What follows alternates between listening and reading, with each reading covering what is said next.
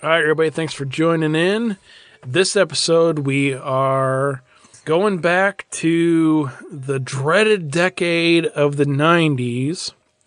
And I have something to say about that in a little bit here, but I'll save it. But we are going back to the early 90s. We're going back to 1992.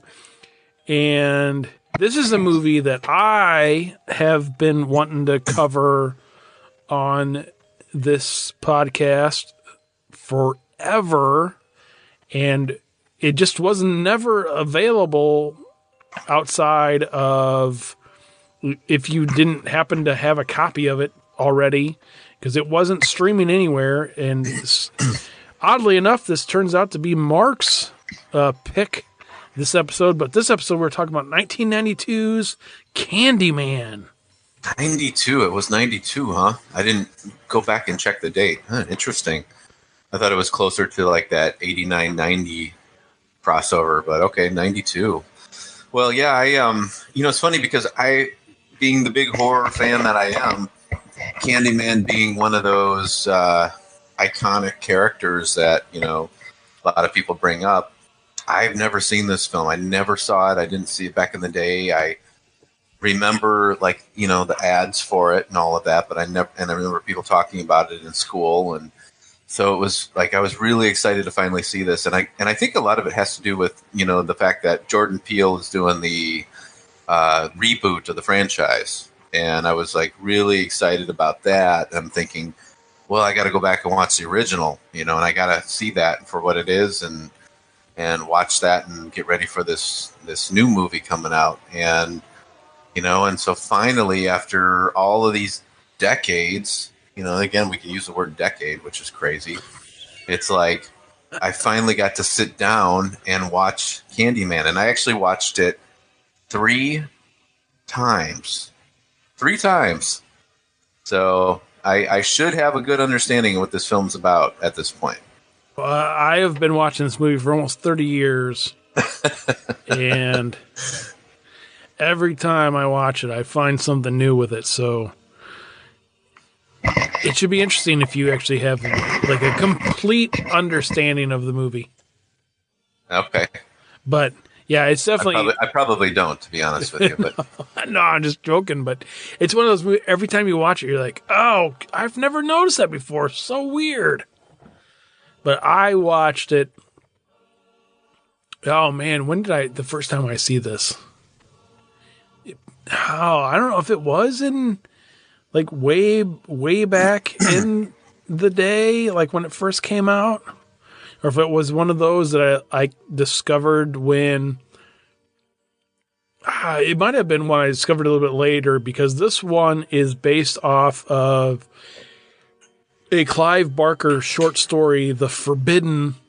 And like I did go through a huge Clive Barker phase. I don't remember if I was still in my teens or if I was like in my early 20s, because there's a whole bunch of Clive Barker movies out there, or movies that are based off of his stuff. I mean, he's kind of similar to, Stephen King in a way with that, where like not necessarily everything that he comes out with gets adapted, but it did seem for a little bit of time there, like anything that had Clive Barker's name attached to it, like got adapted into, a movie or a show or something. And, yeah. I mean, this isn't the first thing we're talking, because we did Hellraiser. I mean, that was a Clive Barker story. Have we done any other Clive Barker stuff? I don't remember. I don't think so. But there's other stuff. I mean, there's a ton of stuff out there. Nightbreed is a Clive Barker thing.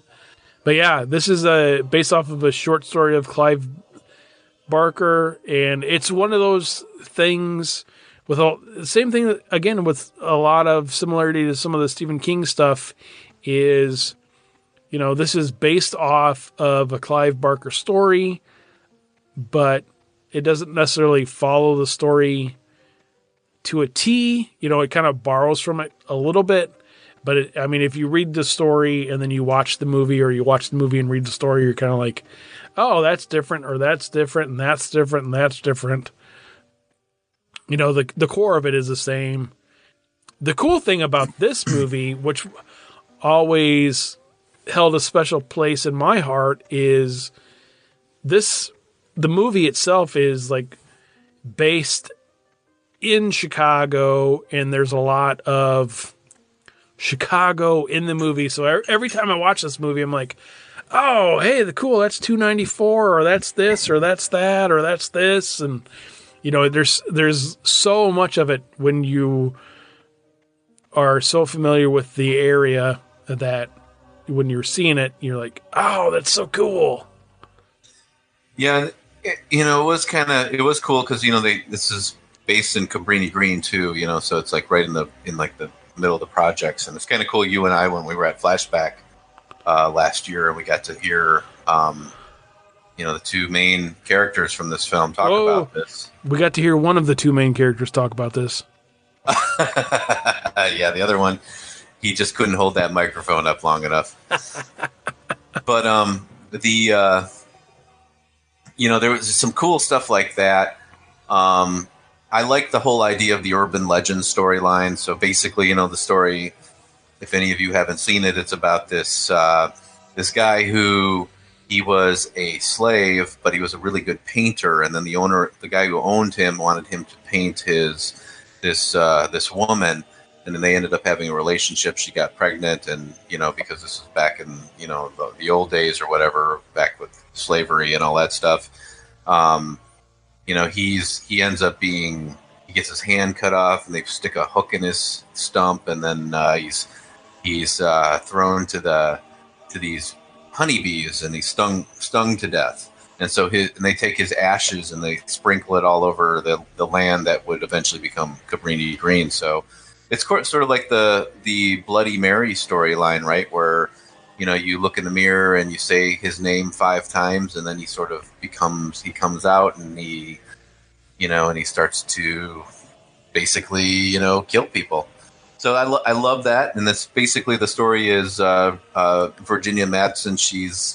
She's this graduate student, and she's married to this professor, and she's writing a thesis about urban legends. And so she's doing her research, and then she goes to Cabrini Green, where a lot of these quote unquote murders take place, and just to kind of get some information from the people involved. And then she starts to put the pieces together that there's more to this than just being an urban legend. And what's crazy about like the whole Cabrini Green thing is Cabrini Green is real. It is real. And I mean, it's a real project on the north side of Chicago. And I mean, a lot of the stuff in the movie that was shot at Cabrini Green was actually shot at Cabrini Green. I mean, I guess that's kind of a whatever. But, they shot a lot of it at Cabrini Green, and I haven't been in that area in a long time, so I don't know if it's still exactly the same. I think it's still there, but... Well, did they knock the buildings down now? I don't know. That's what I was going to... I think they did. I think it was all vacated, and that they got rid of everything. Okay. From what I understand. I could be wrong, but I thought I'm pretty sure that's what happened. But yeah, back in the early 90s and stuff, I mean, that was Cabrini Green, and that's how it looked. Yeah. And, right. And a lot of the stuff in the movie, I mean, that's kind of, the town that we grew up in sort of had mini projects in it. I mean, and it's still there. Absolutely. Yeah. But, I mean, unfortunately, that's kind of the way it is it's ghetto, man. I mean, there's no way to describe it other than that. But, it adds a lot of authenticity to the movie. And again, being, that we were kind of sort of, I mean, not from the area, but we kind of were, though. I mean, we lived in, I guess we grew up in an area that was just far enough outside of Chicago to be considered like the Chicago suburbs, but we were close enough to where it was real life for us. Yeah. So, Right. No, absolutely. I mean, we didn't have the Candyman, I guess, but although we didn't ever try it. And that's one thing, though, that every time I watch this movie, I always am curious is back in the early 90s, was that a huge thing? I mean, I guess urban legends were kind of a huge deal back then, but was the whole Bloody Mary thing, was that really a big deal? Because that component of the story really was not in the short story from Clive Barker at all. And I don't remember, do you remember being in school and that ever really being a thing? Well, I don't know if I remember that so much, but this might have been when you had already left. Across from Gurney Mills, pretty close to Gurney Mills is a road called Dilly's Road, and this is in Gurney, Illinois. And there's a cemetery on that road called St. Pat's Cemetery. And this was one of those locations that when I was in high school, like that was what everybody talked about. It's like, this is the place where, like they would say like devil worshippers go in the woods behind there and all this crazy stuff happens. But anyhow, the whole Bloody Mary theme or idea was originated from that area, which I was not aware of. And it's actually, there was a woman who apparently lived in a farmhouse right there, and I assume the 1800s or something. And she, I believe, was like tortured as slaves or something like that. And she ended up getting her house burned down. And she's like the original inspiration for Bloody Mary. And people say when they ride down that road, they see her ghost appear. Like, so for me, the whole Bloody Mary thing kind of connects back to that whole St. Pat's Cemetery, and supposedly her tombstone is there too. And so I guess in terms of high school, that's where the connection would be for me. Huh. Well, I know where we're going. Yeah, I think you'd find it pretty interesting too. Oh, that's cool. Yeah, it was funny because a quick side story, a buddy of mine, when he was dating she's now his wife, but they were dating in high school. And, it's, again, this goes back, this was one of those places where, everybody would go to and smoke pot and whatever. But the two of them were driving past it, and they were like, well, let's put the brakes on and just, kind of stop right in front of the cemetery. And they did that, and they were just sitting there. And as they're sitting there, all of a sudden they heard this smack on the top of their car. And they look out their windshield, and this giant white owl, with its wings stretched out, stretching along the length of their windshield, was looking down from the hood of their car into their windshield. And it freaked the crap out of them. Yeah, it was and then that was the last time I think he ever was there. Wow. Yeah. Yeah, it's pretty, and there's some videos online too. You can see people going to the cemetery, and you can't even really read the names on the tombstones. They're so old. Yeah, supposedly the quote unquote Bloody Mary is somewhere buried in there. Ooh, creepy. Isn't that creepy? That actually is kind of creepy. So that could be the connection to the Candyman story in a lot of ways, and also, connects back to being in the Chicagoland area. Yeah, it's weird because I don't ever remember being anywhere ever, at a party or anything, whether I was in high school or hanging out with, at a sleepover with friends, in middle school and grade school and stuff. And they'd be like, oh, say Bloody Mary, whatever it was, 3 times or 5 times in the mirror or stuff. But then, this came out in 92. And then I think, wasn't that one of the things in the Urban Legends movie? I'm pretty sure that was one of the... I didn't see it. Somewhere, it was somewhere else too, where it was the whole Bloody Mary thing, and I was like... Okay. But I just remember thinking did I completely miss that? I must have missed that, because that was never a thing before. But yeah, cool. I remember doing that with my cousins when we were kids. Oh, really? Yeah, like I mean, like look in the mirror and say Bloody Mary thing, and so I think it was. I mean, this clearly, obviously, it's been around a long time, but I think they were the ones who brought it up, or I don't know, I can't remember, Huh. but I do remember as a little kid that being a thing. Yeah, I don't remember it at all, but maybe that's just me and I don't remember stuff. And I will say about this film, though, okay, now we've kind of talked about all the good stuff that we liked about it. Now it's time to turn things into the other direction here. This film, okay, feels like a 1992 movie.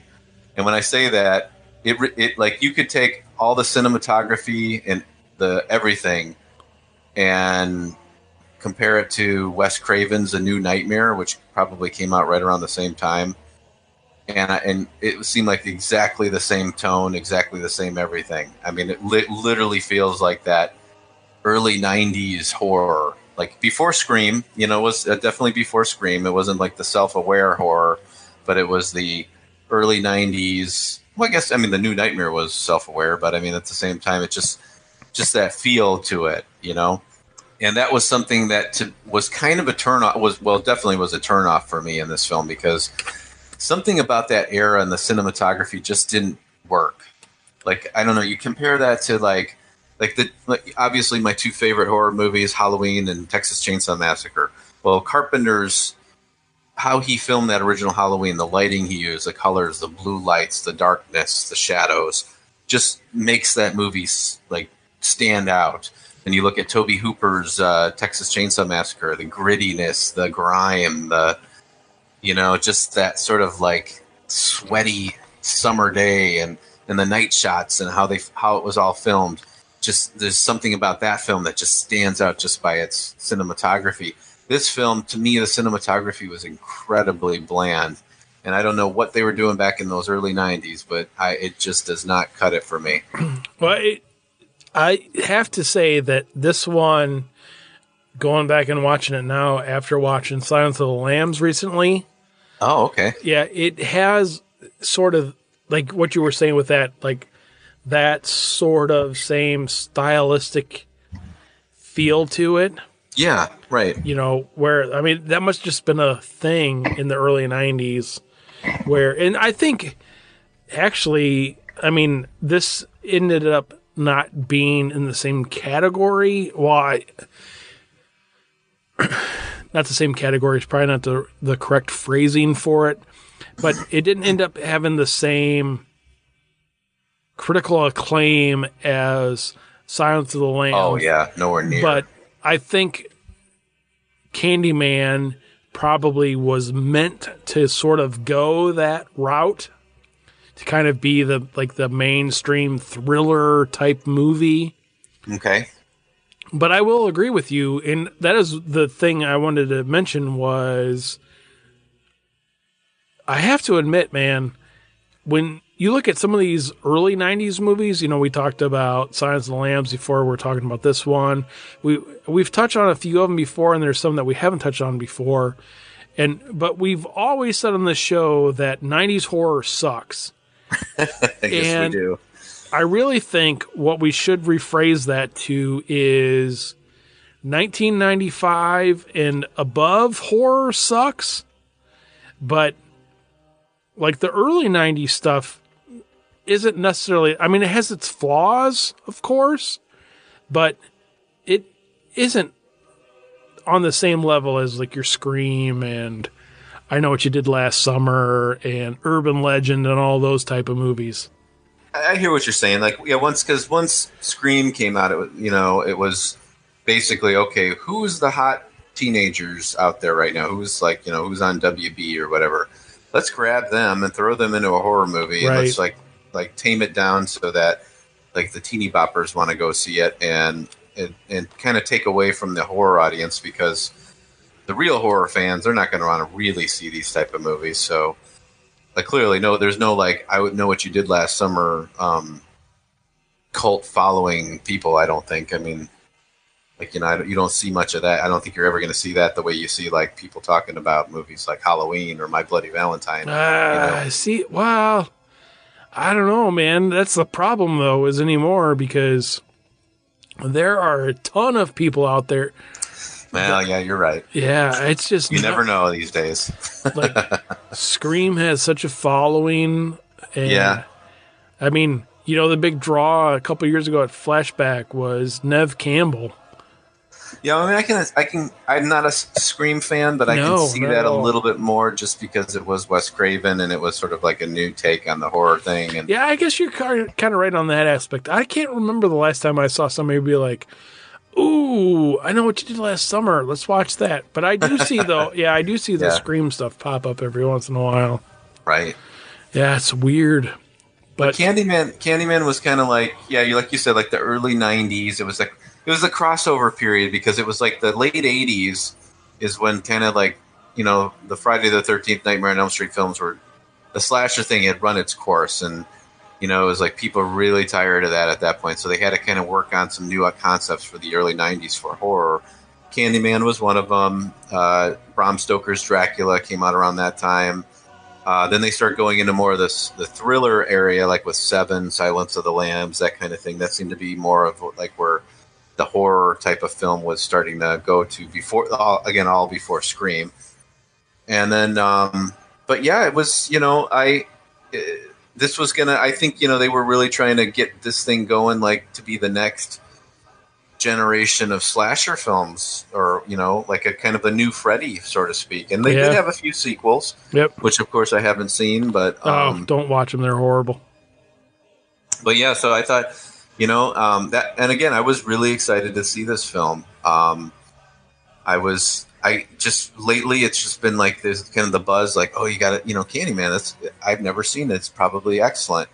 And I'm going to have to say though, should I go ahead and give my review now, or my up or down thumbs? Yeah, let's go ahead and do it.